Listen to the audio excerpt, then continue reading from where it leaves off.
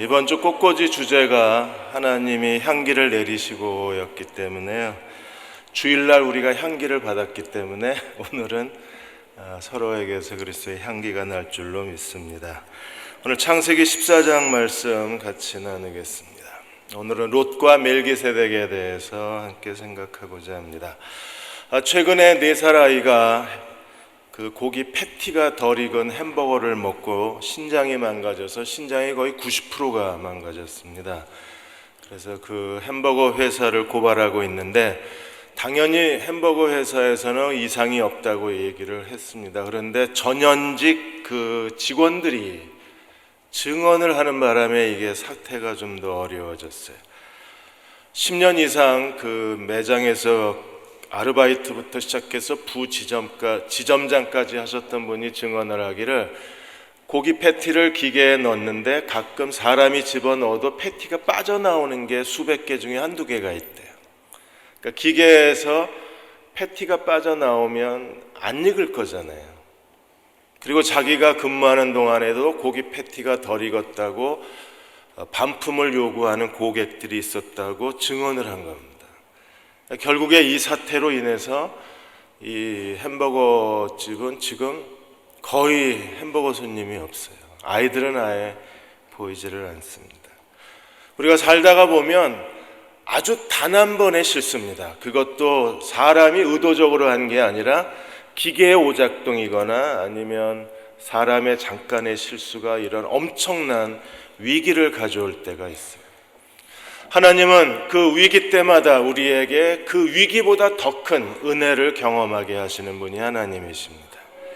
아브라함의 위기 때마다 하나님께서는 아브라함에게 약속을 재확인하여 주시거나 아브라함에게 하나님께서는 더 큰 은혜, 계시의 자리로 초대하셔서 아브라함이 믿음의 조상이 되기에 부족함이 없도록 하나님이 준비시키고 계셨습니다. 오늘 14장이 아브라함이 벌써 3번째 하나님의 훈련입니다. 12장에서는 사라의 사건으로 인해서 애굽으로 내려갔다가 사라의 사태가 일어나고 그때서야 아브라함은 하나님의 약속의 후손이 되기 위해서 두 사람이 어떻게 준비해야 되는가를 깨닫게 됩니다. 또 13장에서는 아브라함이 롯에게 먼저 선택권을 양보합니다. 네가 좌하면 내가 우하고 네가 우하면 내가 좌하겠다고. 이게 굉장히 위험한 거였었어요. 사라를 누이 동생으로 속인 것도 하나님의 언약을 깨트릴 만한 위험한 사태였는데 하나님께서 극적으로 건져내셨어요. 롯이 만일에 가나안 땅을 선택했다면 아브라함은 빈털터리가 되는 겁니다. 그런데 하나님께서 롯의 그 선택으로 인해서 극적으로 아브라함을 하나님이 지켜주시고 아브라함과 땅의 언약을 맺으신 거예요. 오늘 14장에서는 롯이 전쟁 포로로 잡혀갑니다. 롯을 구출하는 사건으로 인해서 다시 만민의 아버지로서의 아브라함의 존재적 가치를 확인시켜주는 거예요. 그러니까 하나님이 아브라함에게 주신 언약의 3가지, 후손, 땅, 그리고 만민이 너로 말미암아 복을 받으리라. 그래서 12장에서는 후손, 13장에서는 땅, 14장에서는 만민이 너로 말미암아 복을 받으리라. 하나님이 아브라함에게 주신 약속을 하나님께서 하나씩 테스트하시고 온몸으로 경험하게 하시고 그 하나님의 약속을 몸으로 확인하게 하시는 것이 하나님의 은혜였어요. 아브라함이 실수하고 아브라함이 선을 베풀었지만 그러나 하나님은 아브라함을 따라다니시면서 아브라함 주변에서 일어나고 있는 여러 가지 사건들을 통해서 하나님은 아브라함을 준비하셨습니다. 여러분, 오늘도 마찬가지입니다. 하나님은 우리가 여러 가지 인생의 위기를 경험하고 고통을 경험하지만 그러나 그게 위기가 위기로 끝나지 않고 고통이 고통으로 끝나는 게 아니라 거기서 하나님은 한 걸음 더 우리를 은혜의 자리로 데려가시는 분이 하나님이세요. 이 12장에서 14장까지 오는데 아브라함은 자신의 소중한 사람들을 다 빼앗기는 경험을 합니다. 12장에서는 누구를 빼앗겼어요? 사랑하는 아내 사라를 애굽 왕 바로에게 빼앗길 뻔했다가 하나님이 극적으로 되찾아 주셨습니다. 12장의 사례 사탄은 지금까지 신학자들하고 목사님들이 크게 둘로 나뉘어서 해석을 합니다. 그 둘로 나뉘어서 해석하는 이유가 어디 있느냐 하면 이 단어 때문에 그래요. 12장 15절에 보시면 바로의 고관들도 그를 보고 바로 앞에서 칭찬하니 그 여인을 바로의 궁으로 이끌어들인지라. 이 이끌어들였다는 게 왕의 그 아내로 준비시켰다. 그래서 결혼식 전에 신부 대기실에서 단장하듯이 사라를 단장시켰다, 이렇게 해석을 합니다. 그러면 우리가 구약에서 왕의 아내를 단장시킨 사건은 하나밖에 없어요. 에스더 사건밖에 없습니다. 에스더 사건은 거의 1년이 걸렸잖아요. 그런데 그거는 왕의 아내, 왕후를 준비하는 선발대회였기 때문에 1년이 걸린 거예요. 왜요? 왕이 다 잡아야 되잖아요. 그러니까 그게 시간이 어마어마하게 걸리는 거예요. 근데 지금 사라는요, 왕의 아내가 되는 것이 아니라, 왕비가 되는 게 아니라 후궁이 되는 겁니다. 그러니까 후궁이 되는 거는 그냥 목욕하고 옷 갈아입고 왕의 침실로 가면 되는 거예요. 굉장히 단순한 겁니다. 근데 우리가 그걸 자꾸 착각할 수도 있어요. 근데 애굽에서 실제로 어떤 일이 일어나는지 고문학적 증거가 없기 때문에 우리가 추론을 하는 겁니다. 근데 또 다른 해석이 있습니다. 그게 12장 19절입니다. 19절에 보시면 내가 어찌 그를 누이라하여 내가 그를 데려다가 아내를 삼게 했느냐. 그래서 이끌었다는 단어로 해석하는 목사님들이 계시고 삼게 했다는 단어를 가지고 해석하는 목사님들이 계신 거예요. 삼았다는 건 무슨 뜻입니까? 이미 왕의 침실에 들어갔다는 얘기잖아요. 그러니까 실제로 그 안에서 무슨 일이 일어나는지는 모르겠지만, 그래서 목사님들 해석이 달라지는 이유가 이끌었다는 단어로 해석하는 분이 계시고 삼았다는 해석을 가지고 단어를 가지고 해석하는 분이 계신데, 실제로는 이끌었다가 먼저예요, 삼았다가 먼저예요? 이끌었다가 먼저예요, 삼았다가 나중이에요. 이래서 자꾸 해석이 엇갈리게 되는 겁니다. 근데 중요한 건 뭐냐면 하나님이 이 일에 대해서 아무 말씀도 안 하신다는 겁니다. 그냥 일어난 일로 지나가시는 거예요. 그렇기 때문에 우리도 목사님들이나 신학자들이 자꾸 이거 가지고 논쟁을 하는데 그냥 하나님이 침묵하셨으면 우리도 침묵하는 게 좋습니다. 14장에서는요, 롯을 빼앗길 뻔합니다.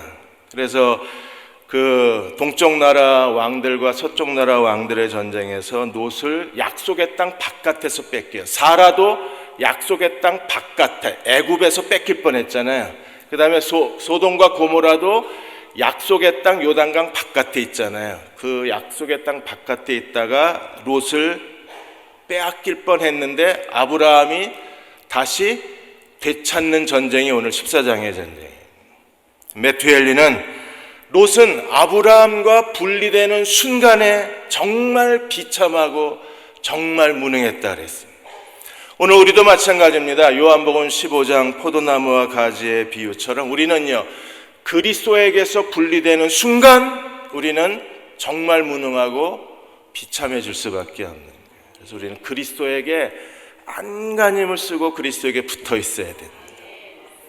오늘 14장을 크게 두 문단으로 나누어서 먼저 14장 1절에서 16절까지 아브라함의 전쟁입니다. 성경에 나와 있는 첫 번째 전쟁입니다. 14장에서는 아브라함이 전쟁에 능한 군사 지도자로 묘사가 되어 있습니다. 동쪽 나라 4왕과 서쪽 나라 5왕이 전쟁을 하는 거예요. 북쪽의 메소포타미아에 있는 4개의 나라 연합군하고 남쪽 가나안, 소돔과 고모라를 포함한 롯이 살고 있는 소돔과 고모라 성을 포함한 5개 도시국가 사이에 전쟁이 일어났습니다. 어떤 일이 일어났나요? 4절에 보시면 소돔과 고모라, 아드마, 스보암 그리고 소알 왕 5개 나라 왕들이 그동안에 12년 동안에 엘람 왕 그돌라 오멜에게 조공을 바치다가 13년째 배반을 해요. 그래서 4절에 그들이 12년 동안 그돌라 오멜을 섬기다가 제13년에 배반한지라. 그래서 5절 제14년에 그돌라 오멜과 그와 함께한 왕들, 어떤 왕들이요? 14장 1절에 시날 왕, 엘라살 왕, 그리고 엘람왕, 고임왕 이런 4개 나라 연합군이 배반한 5개 나라 연합군을 향해서 전쟁을 일으킨 거예요. 그래서 동쪽 나라 4개 왕이 계속 이 5개 나라를 점령하면서 소돔과 고모라 땅까지, 여매까지, 이제 사해바다까지 진격해 온 겁니다. 8절과 9절에 보시면 그 당시 전제 상황을 이렇게 설명을 합니다. 전쟁 얘기 나오니까 재미없으시죠? 네. 남자들만 재미있어요. 8절에 소돔 왕과 고모라 왕과 아드마 왕과 스보인 왕과 벨라 곧 소알 왕이 나와서 시딘 골짜기에 그들과 전쟁을 하기 위하여 진을 쳤다. 이게 사해바다에 진을 쳤어요. 그리고 전쟁을 일으킨 사람들은 누굽니까? 9절에 엘람왕, 그돌라오멜, 고임왕, 디달, 시날왕, 아브라멜, 그 다음에 엘라쌍왕 아리옥, 이 4명의 왕이 이 소돔 고모라성 5개 서쪽 나라 왕하고 전쟁을 일으켰는데, 그 지역이 어떤 지역이었어요? 10절에 시딘 골짜기에는 역청구덩이가 많았습니다. 이 역청구덩이가 아마 지금 우리가 중동에 석유가 많이 나잖아요. 그러니까 아마 그 석유의 역청구덩이가 아니었을까 추정을 하는 겁니다. 그런데 소돔과 고모라 이 5나라 연합군이 이 엘라망 그돌라오멜의 이 역청, 천연 그 자연 환경을 통한 전순 전략에 그들이 빠져서 꼼짝없이 패배를 당합니다. 그래서 10절에 시딘 골짜기에는 역청구덩이가 많은지라 소돔 왕과 고모라 왕이 달아날 때 그들이 거기 빠지고 나머지는 도망갔어요. 4명의 왕들이 어디까지 진격해 갔냐 하면 11절에 소돔과 고모라까지 진격해서 재산을 다 약탈했을 뿐 아니라 사람까지 약탈해 갑니다. 그래서 12절에 소돔에 거주하는 아브라함의 조카 롯도 사로잡고 그 재물까지 다 빼앗아 갔어요. 그래서 소돔과 고모라가 완전히 폐허가 됐습니다. 재산을 다 잃었을 뿐 아니라 그 안에 살던 사람도 다 포로로 끌려가고 노예로 끌려가 버린 상황이 된 거예요. 이런 상황에서 하나님이 극적으로 아브라함이 이 사실을 알게 합니다. 그래서 13절에 보시면 한 사람이 도망쳐요. 도망한 자가 와서 히브리 사람 아브라함에게 알리니 그때 아브라함이 아모리 족속 마므레의 상수리 숲을 근처에 거주하였더라. 마므레는 에스겔의 형제요 또 아넬의 형제라. 그래서 마므레, 에스겔, 아넬이 3 형제예요. 이 3 사람이 그들이 아브라함과 동맹을 맺고 있었어요.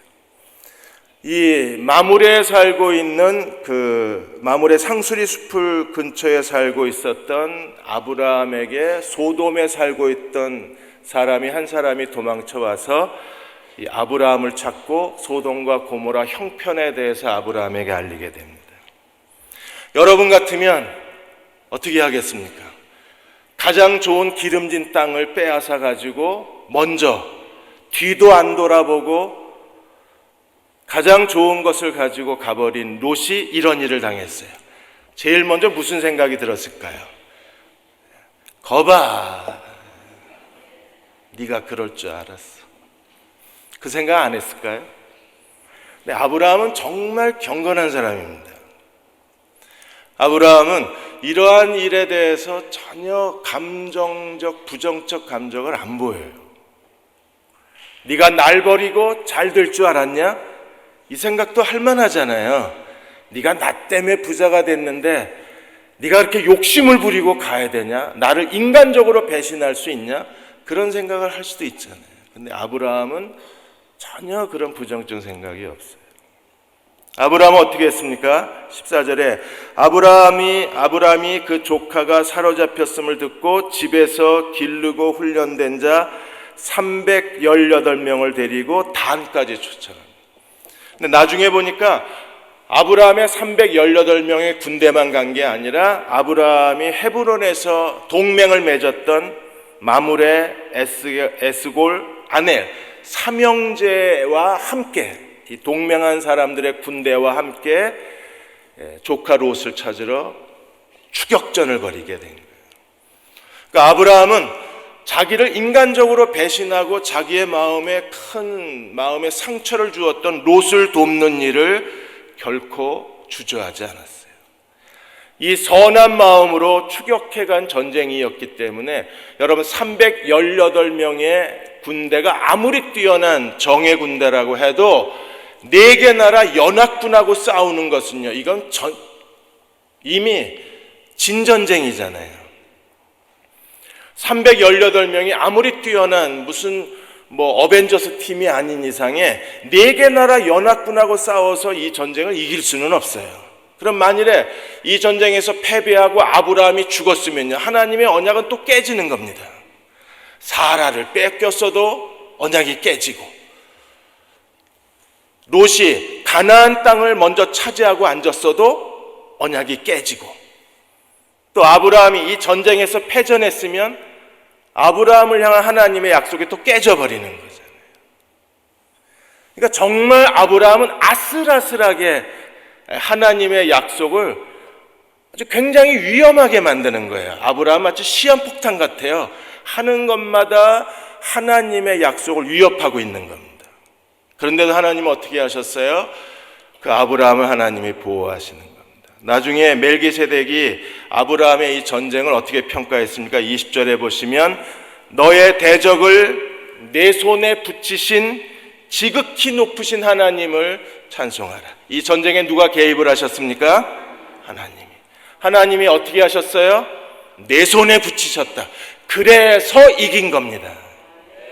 그러니까 318명의 군대가 뛰어난 것도 아니고 동맹을 맺었던 이 사람들의 군대가 뛰어난 것이 아니라 결국에는요, 하나님이 이기게 하셨기 때문에 이길 수 있었던 거예요. 하나님이 이기게 하신 것은 무엇 때문입니까? 아브라함이 선한 마음을 가지고 어쨌든 조카 롯을 되찾아야 되잖아요. 롯이 죽으면 아무리 롯이 하나님 언약 바깥에 있는 사람이라고 할지라도 롯을 잃어버릴 수는 없잖아요. 나중에 사도 바울이 디모데에게 뭐라 그랬습니까? 우리가 가족을 돌보지 않으면 믿지 않는 사람보다 더 악한 사람이라 그랬잖아요. 그런 것처럼 아브라함은 롯에 대해서 진정으로 선한 마음으로 행한 거예요. 사랑하는 여러분, 오늘 우리가 선한 마음으로 행하면 하나님은요, 불가능한 일을 가능하게 만드시고 도저히 우리 힘으로 이룰 수 없는 일인데 그 일을 이루어내실 수 있는 분이 하나님이세요. 왜요? 우리가 선을 행하며 하나님도 우리에게 선을 행하시기 때문에 그렇습니다.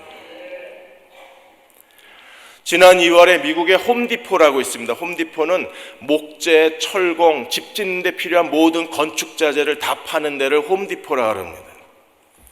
거기에 딜런 레이건이라는 사람이 일을 하고 있는데 갑자기 동료가 큰일 났다, 주차장에 큰일 났다는 소리를 지르는 바람에 가서 보니까 웬 여자가 아이를 데리고 차에 태우려고 그러는데 한 남자가 그 아이를 유괴를 해간 거예요. 그래서 레이건이 전화를 해서 경찰을 부르고 그 당시 상황을 경찰에게 설명을 했습니다. 어떤 차고 어떻게 생긴 남자고 그리고 어디로 갔다. 그래봐야 10분이었어요. 10분. 주차장에서 경찰을 보내고 들어와서 일을 했는데 징계위원회가 열렸습니다. 10분 동안 자리를 비웠다고. 그래서 징계위원회가 열려서 한 달 뒤에 해고 통지가 됐어요. 10분 동안 자리를 비우고 그 아들을 유괴당한 그 여자를 도왔다는 이유로 홈디포가 사람을 잘라버린 거예요. 그래서 이 레이건이 자기 페이스북에다가 해고 통지서하고 자기가 느낀 거를 페이스북에 올렸더니 수만 명의 사람들이 이걸 읽은 겁니다. 그리고 홈디포에 항의를 하기 시작하고 홈디포 불매운동이 일어나기를 시작했어요. 그랬더니 홈디포가 서둘러서 다시 재심위원회를 열고 해고를 통지했는데 이 사람이 자기 안 가겠다 그랬습니다. 그리고 페이스북에다 이렇게 썼습니다. 회사의 규정보다 나는 사람이 해야 할 올바른 일을 하고 살고 싶다. 그 여자를 돕는 건요, 사람이 해야 될 올바른 일이잖아요. 근데 회사 규정은 사람을 돌보는 것보다 자기네들이 그 10분, 1시간도 아니고 10분 자기 자리를 잠깐 떠났다는 이유로 사람을 해고시킨 거잖아요. 오늘 우리도 마찬가지입니다. 우리가 선을 행해야, 그래야 하나님이 선을 행하시는 거예요. 아브라함은요 318명하고 그리고 그 자기가 동맹을 맺었던 아모리 족속의 마므레 그리고 에스골 그리고 아넬 이 삼형제와 더불어서 한밤중에 야간 추격전을 벌이고 그리고 기습 공격을 해서 어떻게 했나요? 16절에 모든 빼앗겼던 재물과 자기의 조카 롯과 그의 재물과 또 부녀와 친척을 다 찾아왔더라. 우리가 하나님 앞에 힘써 선을 행해야 될 이유가 선을 행할 때 하나님의 복의 문이 열리고 선을 행할 때 하나님이 우리의 행하는 모든 일에 형통함을 주실 수가 있어요. 디모데전서 6장 17절에 내가 이 세대의 부한 자들을 명하여 마음을 높이지 말고 정함이 없는 재물에 소망을 두지 말고 오직 우리에게 모든 것을 후히 주사 누리게 하시는 하나님께 두며 우리가 소망을 어디에 두어야 돼요? 정함이 없는 재물에다 소망을 두는 게 아니라 우리가 소망을 어디에 두어야 합니까? 모든 것을 후히 주사 누리게 하시는 하나님께 둬야 돼요. 하나님께 소망을 둔 사람들은요, 그 하나님은 어떤 분이세요? 모든 것을 후히 주시고 누리게 하시고. 여러분 원하는 거 이거 아니에요? 아니에요? 나만 원하나? 저는 이렇게 살고 싶어요. 모든 것을 후히 주시고 누리게 하시고. 왜 이 하나님을 내가 원합니까? 18절에 선을 행하고 선한 사업을 많이 하고 나누어 주기를 좋아하고 너그러운 자가 되게 해라. 여러분 재물에 소망을 둔 사람들은요 돈이 아까워서 못 나눠줘요. 근데 하나님께 소망을 둔 사람은요 하나님은 언제든지 더 많은 걸 주실 수 있는 분이시기 때문에 나누어 주고 너그럽게 사는데 이렇게 인색하지가 않아요. 그런데 마음을 높여서 돈이 최고야, 돈이 있어야 돼, 돈이 날 살릴 거야 이러고 재물에 소망을 둔 사람은요 지갑을 못 열어요. 근데 하나님은 언제든지 우리에게 필요한 더 많은 걸 주실 수 있다고 믿는 사람들은 언제든지 선을 행하고 선한 사업을 많이 하고 나누어 주길 좋아하고 너그럽게 돼요. 저는 이렇게 우리가 이 세상을 살았으면 좋겠습니다. 이렇게 사시기를 축원합니다. 그러면 19절에 이것이 이렇게 살면 어떻게 돼요? 장래에 자기를 위하여 좋은 터를 쌓아. 뭘 쌓아요? 좋은 터, 거룩한 터, 신령한 터를 쌓아요. 하늘의 터를 쌓아서 뭘 취합니까? 참된 생명을 취하는 거예요. 하늘에 이 세상에서도 하나님이 후히 주사 누리게 하실 뿐 아니라 하늘에서도 칭찬과 상급과 면류관이 있는 거예요. 울산의 현대중공업에 최복락이라는 분이 계십니다. 이분이 조선사업 건조 5실에 계신 분이신데, 5부에 계신 분이신데, 이분의 삶의 그 신앙의 철학이 뭐냐 하면 고아와 과부를 신원하시며 나그네를 사랑하사 그에게 식물과 의복을 주시는 하나님, 신명기 말씀을 붙들고 하나님을 섬기는 거예요.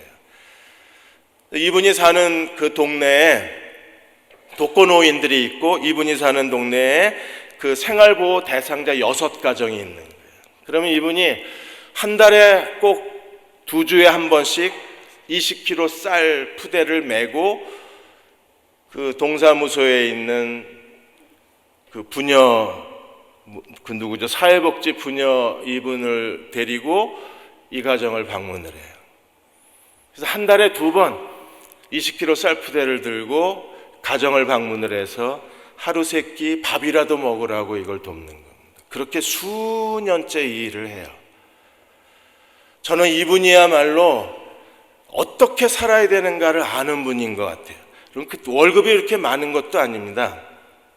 아내는 우체국에서 근무하고 계신데, 그래서 이분들이 이렇게 둘이 힘을 합해서 자기 주변에 있는 사람들은 내가 책임진다. 그래서 할 수 있는 일이 쌀 나눠주는 일이니까. 그래서 쌀자루 순례라고 자기들은 불러요. 쌀자루를 메고서 가서 나누어 주는 일을 계속합니다.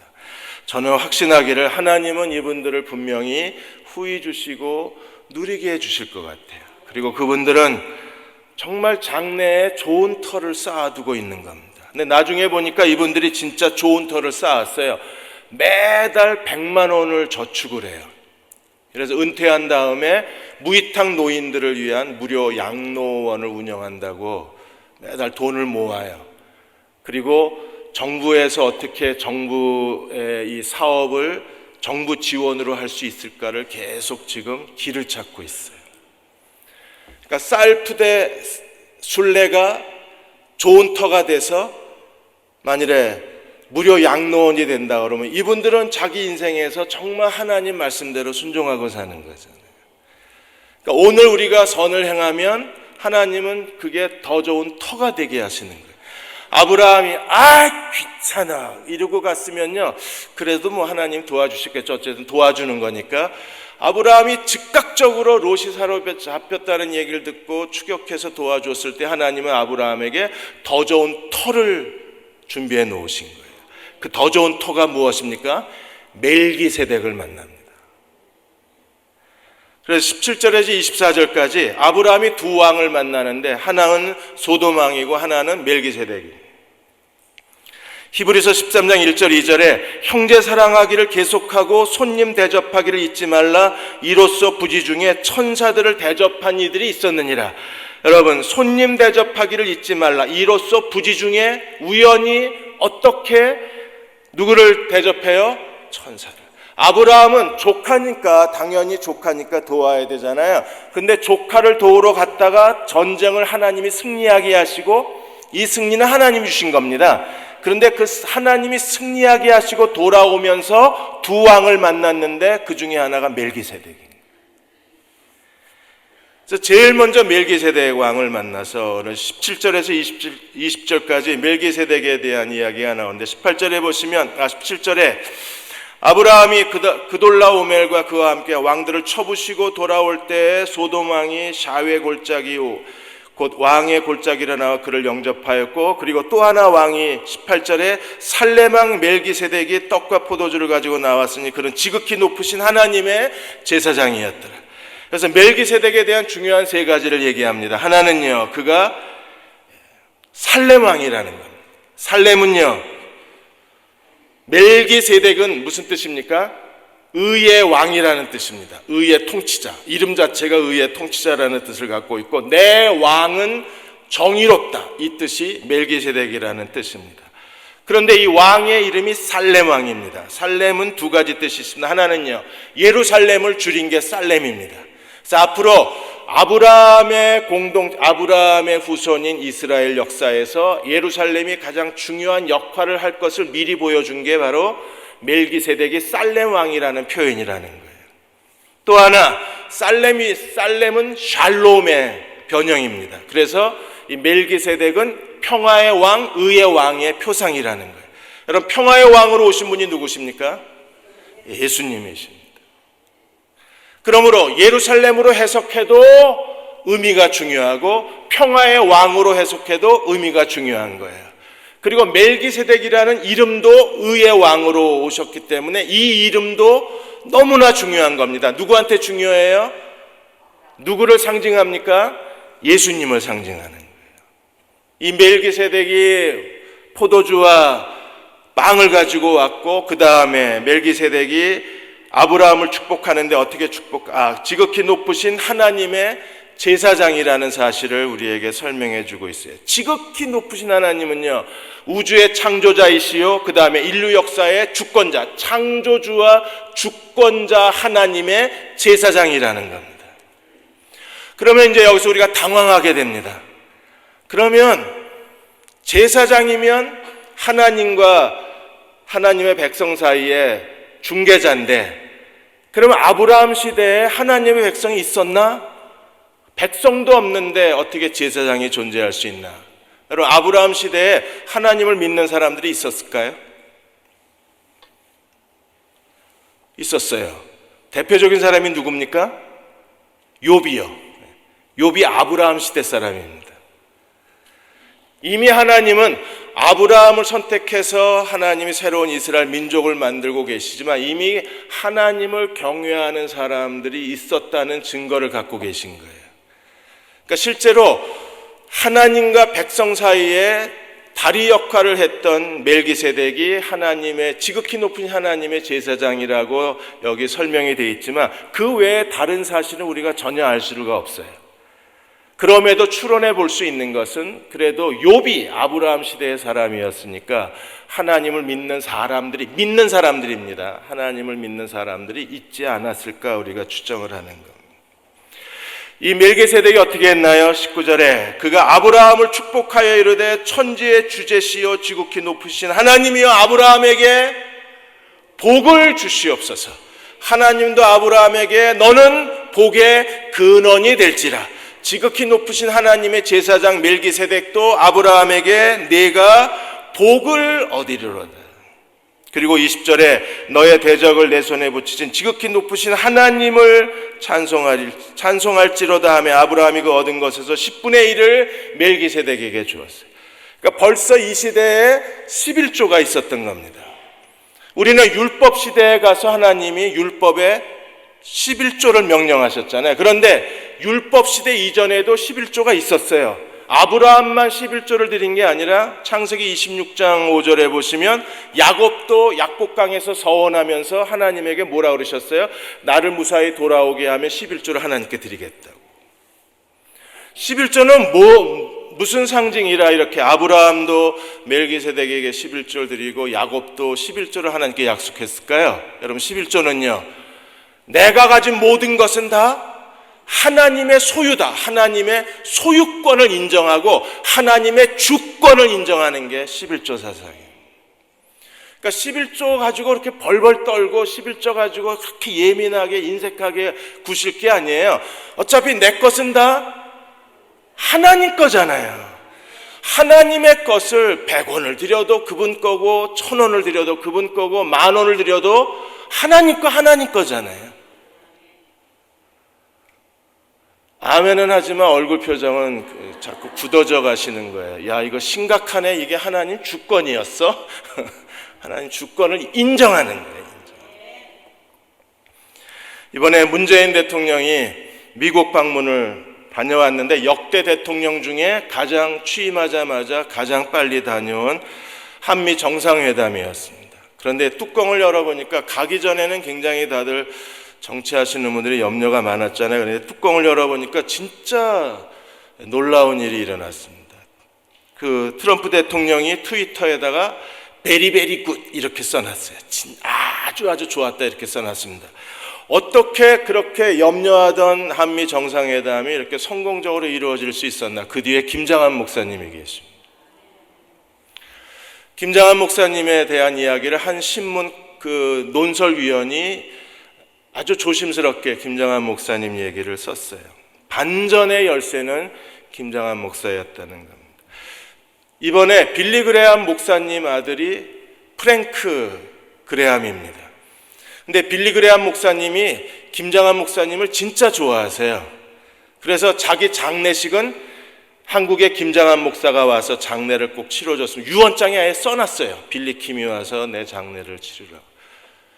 근데 프랭크 그레함이 미국은 종교세를 내기 때문에 목사들이 정치 활동을 합니다. 한국도 지금 목회자가 종교세를 내야 되는데 종교세를 내면 당연히 한국 목사들도 정치 활동을 하게 됩니다. 그래서 프랭크 그레함은 트럼프 편에 서서 50개 주를 다니면서 트럼프 선거를 도와서 트럼프 당선을 도왔던 게 빌리 그레함 목사님 아들 프랭크 그레함입니다. 김장한 목사님 프랭크 이 아들을 불렀어요. 플랭클린을 한국에 불러서 플랭클린 목사하고 문재인 대통령하고 식사를 하게 했습니다. 플랭클린이 만나보니까 문재인 대통령이 마음에 드는 거예요. 그래서 그날 식사가 끝나자마자 플랭클린 대통령이 펜스 부통령하고 전화를 했습니다. 그리고 한미 정상회담을 빨리 진행하는 게 좋겠다. 내가 보니까 문 대통령 정말 괜찮은 사람, 이렇게 된 거예요. 그래서 한미 정상회담이 갑작스럽게 잡혀서 빠르게 진행이 된 겁니다. 이 트럼프 대통령도 프랭클린 그레함을 굉장히 좋아합니다. 왜냐하면 50개 주를 다니면서 자기 선거를 도왔으니까. 그래서 자기 취임식 때에 프랭클린이 와서 축복 기도를 하게 했잖아요. 그래서 김장한 목사님이 그 중간 역할을 한 거예요. 2003년도 노무현 대통령이 당선됐을 때에도 조지 부시 대통령이 노무현 대통령을 굉장히 경계했습니다. 그런데 한미 정상회담을 안 하면 이게 북한 문제가 해결이 안 되잖아요.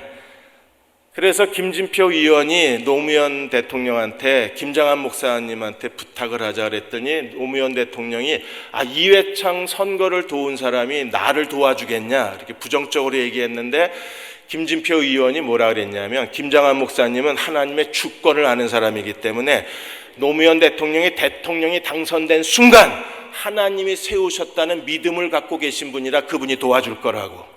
근데 실제로 김장한 목사님이 노무현 대통령을 도와주기 위해서 그 아버지 부시 대통령을 한국에 불러요. 그리고 노무현 대통령하고 식사를 하게 합니다. 그래서 아버지 부시가 아들 부시한테 가서 말합니다. 야, 노무현 괜찮은 사람이니까 너 꼭 만나야 된다고. 그래서 한미 정상회담이 실현이 된 거예요. 재미없으시구나. 그러니까 김장한 목사님은 정치 노선이 달라도 일단 당선이 되면 하나님의 주권을 인정하는, 이게 11조 사상입니다. 그러니까 11조의 영성을 가지고 사는 사람들은 결정된 모든 일 배후에 하나님의 주권이 있다고 믿고 결정된 일을 하나님의 주권으로 받아들이는 거예요. 그게 11조를 하나님께 드리는 것도 중요하지만 11조 영성을 갖고 사는 것도 너무나 중요한 거. 이 멜기세덱은 누굴까요? 여러분, 멜기세덱은 그 당시에 유대인들 가운데 아브라함이 멜기세덱에게 11조를 줬으니까 당연히 유대인 내에는 멜기세덱 추종자들이 많이 있었어요. 그래서 멜기세덱을 숭배하는 사람들이 많이 있었습니다. 이 멜기세덱을 숭배했던 사람들이 예수 그리스도가 대제사장이 되어서 아브라함의 대제사장이 예수 그리스도라는 말에 멜기세덱 추종자들이 반발을 일으킨 겁니다. 그래서 예수님의 대제사장직에 대해서 그들은 노골적으로 불만을 드러내고 멜기세덱과 예수 그리스도의 관계에 대한 궁금증을 바울에게 쏟아놓은 거예요. 그걸 기록한 게 히브리서입니다. 그러니까 하나님을 섬기는 이스라엘에게는 두 개의 대제사장 계열이 있는 거예요. 이거 오늘 안 해야 될 것 같은데 분위기가 하나는 아론의 계열이 있고 하나는 멜기세덱 계열이 있는 거예요. 근데 이스라엘 백성들은 하나님이 아론을 통해서 대제사장직을 세웠는데 예수님이 대제사장직은 어디서 왔냐 이렇게 반문을 한 겁니다. 왜냐하면 예수님은 유다 지파에서 태어났는데 이 아론의 계열에서 태어나지 않았는데 어떻게 예수님이 대제사장이 될 수 있냐. 그래서 히브리서 기자가 설명하는 게 예수님은 멜기세덱 계열을 통해서 대제사장이 되신 분임을 설명을 하는 거예요. 히브리서 4장 14절 16절에 예수님이 대제사장이십니다. 그래서 우리에게 큰 대제사장이 계시니 승천하시는 이 곧 하나님의 아들 예수시라. 우리에게 누가 있어요? 큰 대제사장이 있습니다. 15절 우리에게 있는 대제사장은 어떤 분이세요?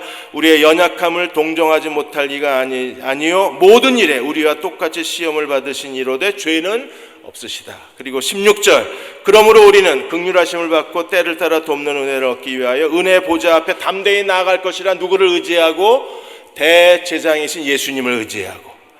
그럼 이 예수님이 어떻게 대제사장으로 인정되실 수 있나? 5장에 설명하고 있습니다. 5장 5절에 이와 같이 그리스도가 대제사장이 되셨다 그랬어요. 5장 6절에 내가 영원히 멜기세덱 반차를 따르는 제사장이라. 그래서 예수님은 아론의 계열이 아니라 멜기세덱 계열이에요.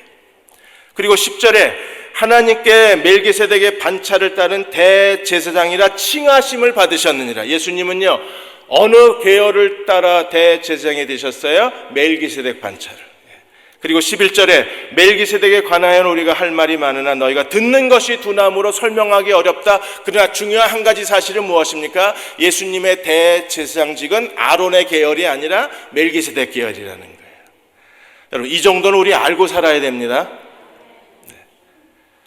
성숙한 그리스도의 제자가 되려면 이 정도 지식은 상식적으로 갖고 살아야 돼요.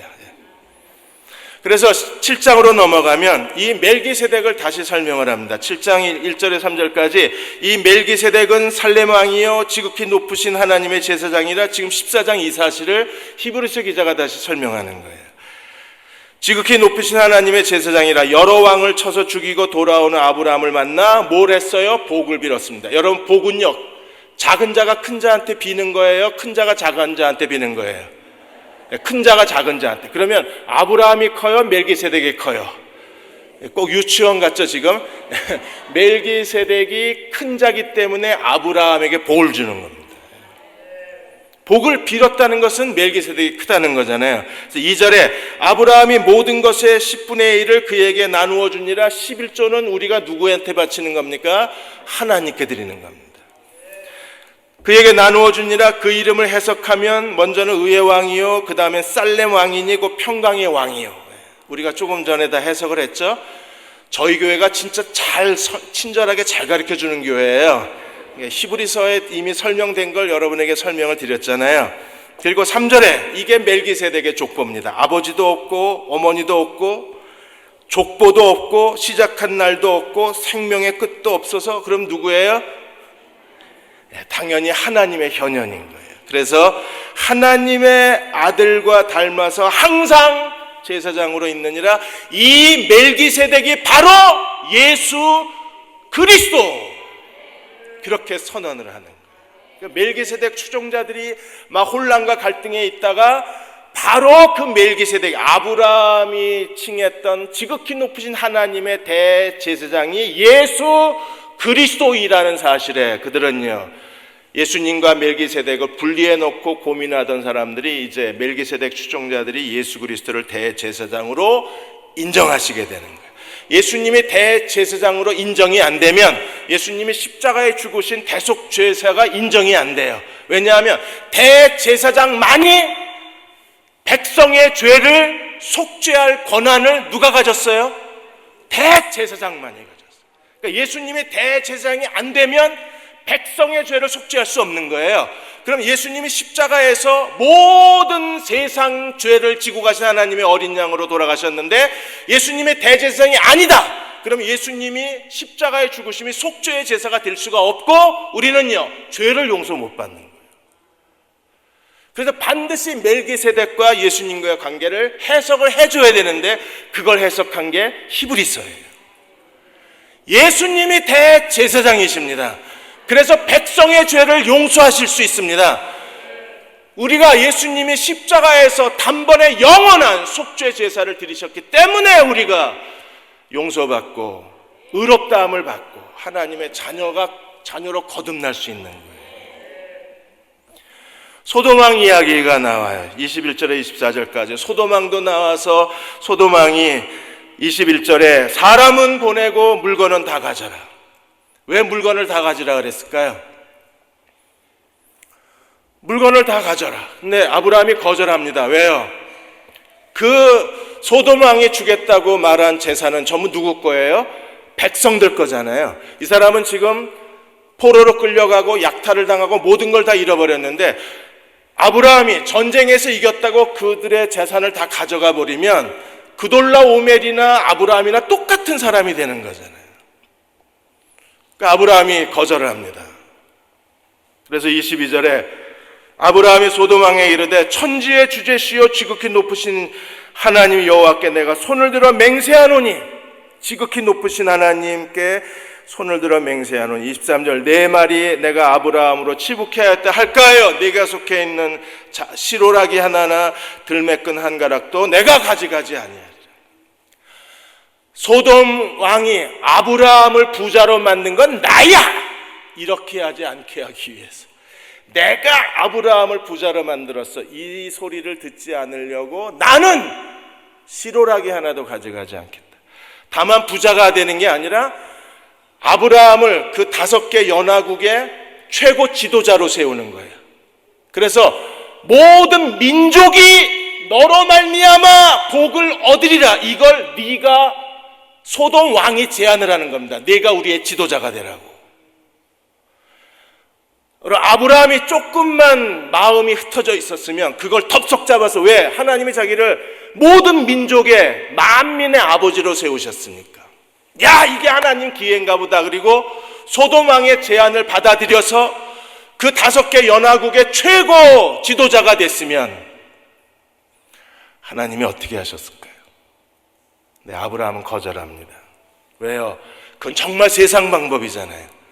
아브라함은 하나님이 자기를 세워주실 때까지 기다리는 거예요. 여러분, 이게 하나님이 하시는 일인지 사람이 하는 일인지 정말 헷갈릴 때가 있어요. 그럴 때 우리가 이게 세상 사람들이 하는 방법과 전략을 가지고 하나님의 뜻을 내 힘으로, 그러니까 하나님의 뜻을 소돔 왕이 이루어주겠다는 겁니다. 여러분, 소돔 왕이 하나님의 뜻을 이루는 건 하나님 뜻이 성취가 아니잖아요. 그건 사람의 방법이지. 하나님의 뜻은 누가 이루실 수 있어요? 하나님이 이루실 수 있는 거예요. 그러니까 소돔 왕의 제안을 거절하고 아브라함이 자기 소년들 318명 군대하고 그리고 동맹을 맺었던 아넬과 에스골과 만물의 분깃을 제외하고 자기는 하나도 안 가져요. 그러니까 정치적 제안을 거절해버린 겁니다. 그리고 나중에 하나님께서 아브라함의 언약을 이루어 주시는 거죠. 오늘 우리도 가끔 가다가 인생에 정말 어려운 일들이 일어나요. 유기성 목사님이 미국의 애틀란타에서 목회하시고 나서 그 경험을 책에다 쓰셨는데, 애틀란타에 만나는 목사마다 전부 어려운 일이 있는 겁니다. 한결같이 고난이 없는 목사가 없어요. 암에 걸리거나 아니면 가족이 일찍 죽거나 아니면 아이들이 가출하거나 목회 실패하거나 교인들에게 배신을 당하거나 모든 자기의 꿈을 다 잃어버리는 어려움을 겪고, 그래서 유기성 목사님이 어느 날 하나님의 종들이 왜 이렇게 어려움을 당해야 되나 정말 간절히 하나님 앞에 묵상을 했었습니다. 근데 한 가지 중요한 사실은 그러한 어려움을 통해서 목사님들이 목회의 방향이 바뀌고 목회의 가치관이 바뀌었다는 거예요. 하나님의 뜻대로 많이 바뀐 것에 대해서 너무나 크게 감사를 했습니다. 그리고 생각한 게 옛날 어른들이 들려준 얘기가 생각이 난 거예요. 시골집에서 불이 나면 사람을 끌어내는 건 쉬운데 이 외양간에 있는 소 끌어내는 게 어렵답니다. 소가 불이 붙으면 자기 집에서 꼼짝도 안 하고 안 나간대요. 사람이 몇 명이 달겨들어서 끌어내려고 해도 이 소를 못 끌어낸답니다. 그때 옛날 어른들이 어떻게 소를 끌어냈느냐 하면 소 여물통을 뒤집어 버리면 소가 순순히 나온대요. 여물통을 탁 뒤집어 버리면요, 소가 여긴 내 살 때가 아닌가벼 이러고 나온대요. 그래서 유기성 목사님이 그 얘기가 생각나면서 그래서 하나님이 가끔 우리의 여물통을 뒤집어 버리시는구나. 여물통을 뒤집어야, 그래야 새벽에 나와서 기도해.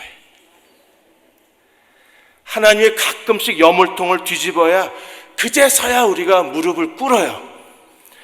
하나님께서 여물통을 뒤집는 것은요, 우리를 죽이려 하시는 게 아니라 우리를 살리려고 그러시는 거예요. 왜? 거기 있으면 불타 죽으니까 빨리 나와서 살으라고. 그래서 하나님이 여물통을 뒤집는 거예요. 여물통이 뒤집어지고 나면 그제서야 우리가 깨닫습니다. 나는 예수님으로만 만족합니다. 그러니까 아브라함은 3번에 걸친 실패를 겪고 나서야 깨달았어요. 나를 세우시는 분은 하나님이시다. 그래서 소돔 왕의 제안을 거절할 수가 있는 거예요. 여물통이 엎어질 때 우두커니 서 있지 마십시오. 그때야말로 우리가 기도하고 하나님 앞에 엎드려야 될 때입니다. 정말 아프고 고통스럽고 너무 사는 게 지긋지긋하지만 그럼에도 우리가 엎드리게 되면 내가 잃어버린 게 여물통이 아니라 하나님이 나의 여물통이 되신다는 사실을 깨닫게 됩니다. 그때 우리는 하나님 안에서 소망을 얻을 수가 있어요. 그러한 믿음의 종들이 되시기를 주의 이름으로 축원합니다.